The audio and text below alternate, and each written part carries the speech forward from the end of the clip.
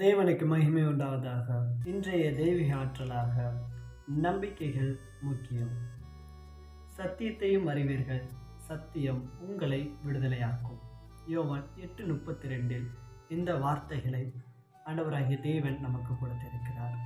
ஹிரு ஒனோடா என்ற ஒரு ஜப்பானிய இராணுவ அதிகாரி 2ஆம் உலகப் போர் முடிந்துவிட்ட செய்தி 29 ஆண்டுகளாக அவர் நம்ப மறுத்துவிட்டார். 1944 பிற்பகுதியில் அவர் பிலிப்பைன்ஸுக்கு அனுப்பப்பட்டார். மறு உத்தரவு வர வரையிலும் போரிட வேண்டும் என்கிற கட்டளையோடு அவர் அங்கு செல்கிறார். அவரோடு கூட இருந்த மற்ற இராணுவ வீரர்களும் கொரில்லா போர் பயிற்சி பெற்றவர்கள். ஜப்பான் சரணடைந்து விட்டதை அறியாமல் இருந்தார்கள். லூபாங் அப்படின்ற தீவில் இவங்க மறைந்து வாழ்ந்தாங்க.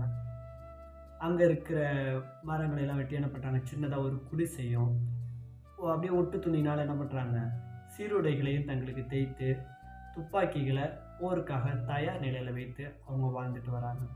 போர் முடிஞ்சிச்சு அப்படின்ற செய்தியை விமானங்கள் மூலமாக துண்டு பிரச்சாரமாக போட்டுட்டு வராங்க. இதை எடுத்து இவங்க படிக்கும்போது கூட என்ன நினைக்கிறாங்க அப்படின்னு சொன்னால், எதிரிகள் தான் இந்த மாதிரி ஒரு வேலையை செய்கிறாங்க அப்படின்னு நினச்சிட்டு இருந்தாங்க. சில பேர் அவங்கள தேடி வந்தாங்க காப்பாற்றுறதுக்கு. ஆனால் இவங்க என்ன பண்ணுறாங்க, அவங்க தப்பிச்சே அங்கிட்டு போயிடுவாங்க.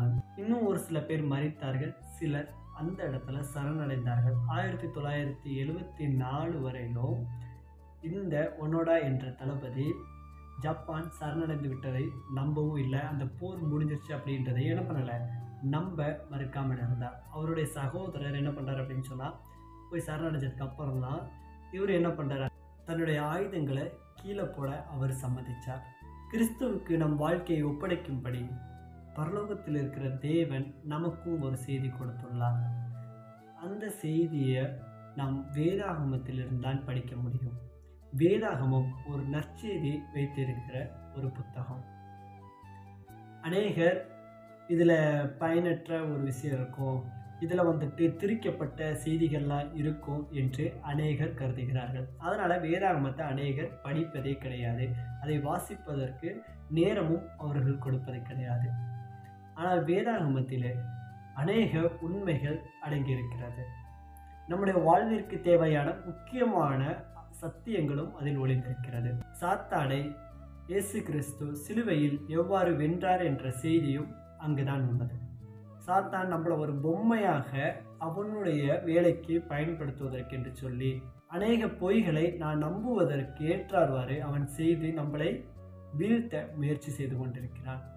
இந்த காரியங்களை எல்லாம் நாம் தெரிந்து கொள்ள வேண்டும் என்று சொன்னால் நாம் வேதாகமத்தை தியானிக்கக்கூடியவர்களாக இருக்க வேண்டும்.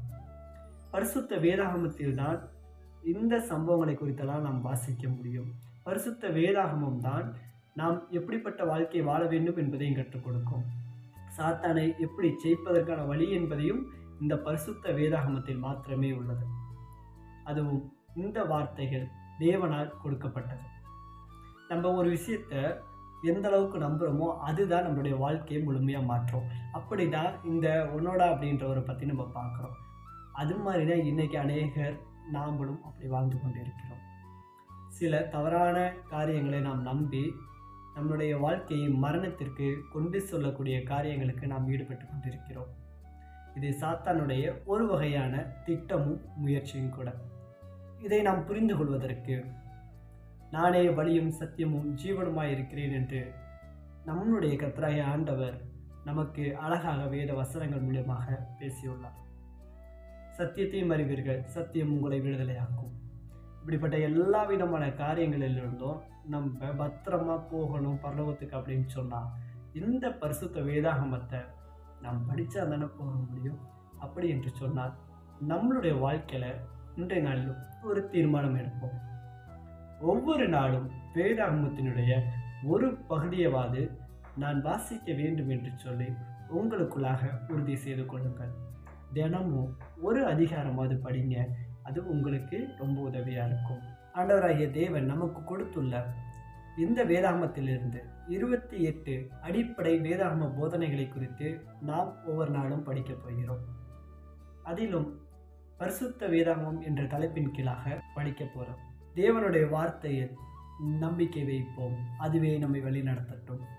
ஒரு மருத்துவ குறிப்பாக நான் உங்ககிட்ட ஒரு விஷயத்தை ஷேர் பண்ணணும்னு நினைக்கிறேன். முருங்கைக்கீரை எல்லாருக்கும் ரொம்ப பிடிச்ச ஒரு விஷயம். முருங்கைக்கீரை எல்லாருக்கும் நல்லாவே தெரியும். முருங்கைக்கீரையை சூப் வச்சு நம்ம குடிக்கும்போது நம்மளுடைய முழங்கால் வலிகளுக்கும் உடல் வலிகளுக்கு அது ரொம்ப ஆரோக்கியமான ஒன்று. நீங்கள் இதை ட்ரை பண்ணி பாருங்கள். நிச்சயமான அதுக்கான பெனிஃபிட் உங்களுக்கு கண்டிப்பாக கிடைக்கும். மீண்டும் நாளைக்கு உங்களோட கூட தெய்வீக ஆற்றல் மூலமாக சந்திக்கிறேன். ஆமென்.